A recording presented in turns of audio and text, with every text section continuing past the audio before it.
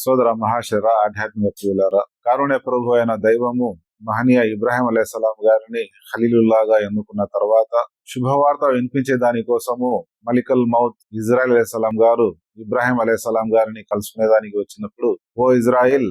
నేను నిన్ను అవిశ్వాసుల రూహ్ ప్రాణం తీసేటప్పుడు మీరు ఏ రూపంలో వస్తారో నేను చూడాలని అనుకుంటున్నాను అని అడిగినప్పుడు, ఓ ప్రవక్త, మీరు ఆ భయంకరమైన రూపాన్ని చూడలేరు అని తెలియజేసినప్పుడు, లేదు నేను చూడాలని అనుకుంటున్నాను అని అడిగినప్పుడు, సరే వెనక్కి మరలి చూడండి అని చెప్పినప్పుడు, ఒక భయంకరమైన నల్లని ఉగ్ర రూపం కలిగి ఆయన యొక్క తల ఆకాశాన్ని అంటుకొని ఉంటుంది. ఆయన యొక్క ఎర్రని కళ్ళు, అదే విధంగా నోటి నుండి అగ్ని జ్వాలలు ప్రవహిస్తూ ఉండడము,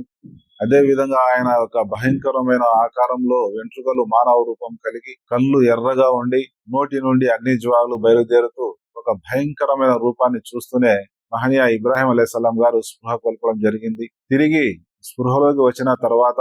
మహనీయ ఇబ్రాహిం అలైహిస్సలాం గారు ఇజ్రాయిల్ ని ఈ విధంగా చెప్పడం జరిగింది, ఓ ఇజ్రాయిల్,